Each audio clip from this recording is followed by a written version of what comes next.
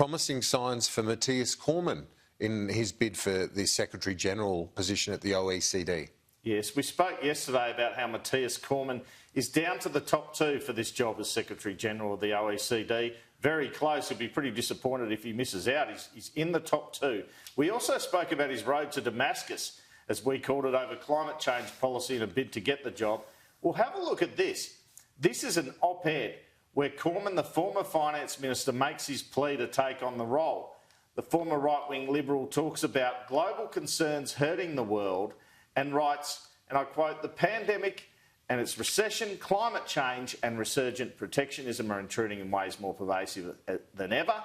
And then there is this. On the critical issue of taking ambitious and effective action on climate change, it is essential that the OECD provide global leadership.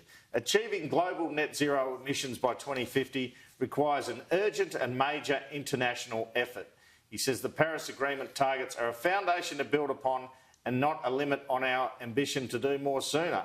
He writes, as Secretary-General of the OECD, I will work with member countries and partner organisations to deploy every policy and capability available through the OECD to help economies around the world achieve global net zero emissions by 2050. Can't wait for Mathias Cormann's call to Scott Morrison on this, urging him to do more about climate change.